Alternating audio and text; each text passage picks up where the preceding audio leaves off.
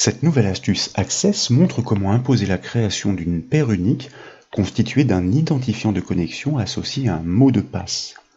L'idée n'est pas d'interdire un identifiant ou un mot de passe déjà utilisé. C'est la paire qui doit être contrôlée.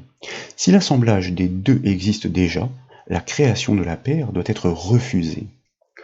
Pour appuyer cette étude, nous suggérons de récupérer une petite base de données hébergeant une table dédiée. Et bien sûr, cette base est offerte au téléchargement depuis le site bombache.fr.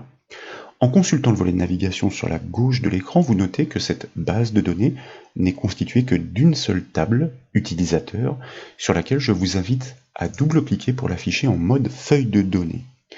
Des personnes y sont recensées. Les deux derniers champs, UID et UMP, sont essentiels. C'est de leur association que doit naître la paire unique permettant à chaque utilisateur de disposer d'un accès personnalisé. Mais à ce stade, si vous créez un nouvel utilisateur avec une paire déjà affectée, aucun verrou ne se dresse. Pour créer une paire unique, et naturellement vérifiée par Access, l'astuce consiste non pas à poser une clé primaire, mais deux. Dès lors, la vérification de doublons ne sera pas exercée sur un champ, mais sur la combinaison des deux champs concernés, celui de l'identifiant et celui du mot de passe. Pour le constater, à gauche du ruban Accueil, tout d'abord, je vous invite à cliquer sur le bouton Affichage afin de basculer dans la vue en conception de la table utilisateur. Puis, nous allons sélectionner les deux derniers champs, UID et UMP, en cliquant et en glissant sur les étiquettes de ligne. Et dès lors, à gauche du ruban contextuel création, je vous propose de cliquer sur le bouton clé primaire. Vous notez le symbole d'une petite clé apparaître effectivement au regard de chaque champ. C'est ainsi que nous venons de créer des paires uniques, et nous entendons bien le prouver. Tout d'abord, je vous propose de cliquer sur l'un des deux champs indépendamment, par exemple UID, pour le sélectionner, comme nous le disions, indépendamment de l'autre. Et désormais, le réglage de ces attributs apparaît dans la fenêtre de propriété située en bas de l'écran Access, et c'est la propriété indexée qui attire notre attention.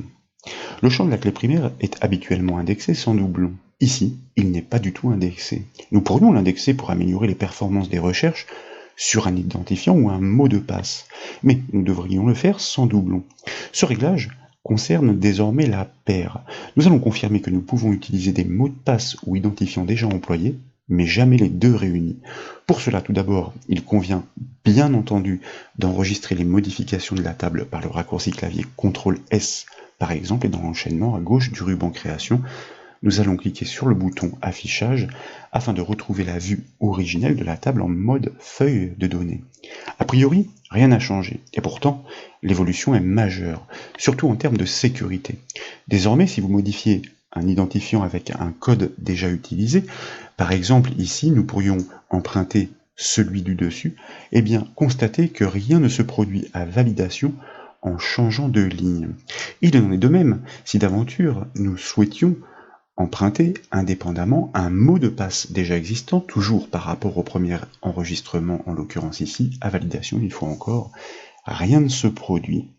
Mais si vous tapez un identifiant déjà employé et que vous l'associez au mot de passe déjà utilisé pour le même utilisateur, illustration ici, nous allons taper le mot de passe 288, à validation de l'enregistrement, en passant sur la ligne du dessous, constatez que l'inscription est formellement refusée. Vous n'avez d'autre solution que de valider l'alerte et d'annuler l'essai en enfonçant par exemple la touche échappe du clavier. Petite remarque au passage, ces informations sont confidentielles et devraient être encodées. Nous avons appris l'astuce pour le faire dans le volet précédent. Il suffit de régler le masque de saisie des champs sur la valeur mot de passe. Dès lors, ce sont des astérisques qui remplacent chaque caractère tapé. Lors de la construction d'une base de données, tous les réglages doivent être entrepris en amont par le biais des tables. Ce sont des protocoles sur lesquels nous nous sommes longuement attardés à l'occasion de nombreuses formations et notamment des exercices Access. Nous souhaitons confirmer que cette paire unique est bien vérifiée par le gestionnaire depuis un formulaire. Comme vous le savez, le formulaire est l'outil principal de l'utilisateur. C'est par son biais que les informations peuvent être consultées, créées, supprimées ou encore modifiées.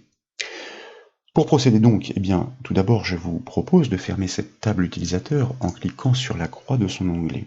Elle reste cependant sélectionnée par défaut dans le volet de navigation et c'est important pour la construction automatisée du formulaire à suivre. Pour cela, en haut de la fenêtre Access, nous allons commencer par cliquer sur l'onglet Créer afin d'activer son ruban, puis dans la section Formulaire de ce ruban, nous allons simplement cliquer sur le bouton Formulaire. Et aussitôt, le formulaire des utilisateurs, construit sur la table utilisateur du même nom donc, apparaît aussitôt. À gauche du ruban Création, je vous propose de cliquer sur le bouton Affichage, ou plutôt même sur la flèche du bouton Affichage, afin de pouvoir choisir dans la liste des propositions le mode formulaire, c'est-à-dire le mode exécution de ce formulaire. Et à la place du premier identifiant, nous allons taper, ma foi, un identifiant qui est déjà employé, en l'occurrence CST, et nous allons enfoncer la touche Tab du clavier pour activer directement le champ du mot de passe. Et là, nous allons tenter l'inscription du mot de passe existant déjà associé à cet identifiant, soit 878. Nous pouvons enfoncer la touche tabulation du clavier. Il s'agit en l'occurrence de la paire de codes associée au troisième utilisateur, nous pouvons le vérifier. Elle existe déjà, et son utilisation est donc proscrite grâce à cette double clic primaire que nous avons posée en amont sur la table. Une fois encore, vous n'avez d'autre choix que de valider l'alerte en cliquant sur le bouton OK et d'abandonner la saisie en enfonçant par exemple la touche échappe du clavier. Pour en avoir le cœur net, donc, comme vous le constatez ici, le troisième utilisateur possède effectivement l'identifiant et le mot de passe que nous avons essayé d'utiliser, soit la paire proscrite, une des paires proscrites. Voilà donc pour cette nouvelle astuce Access, j'espère qu'elle vous a plu. Si c'est le cas, comme toujours, je compte sur vous pour mettre un petit j'aime à la vidéo. Et comme vous le savez très bien, vous pouvez retrouver toutes les formations et astuces sur le site bombache.fr. Je vous remercie.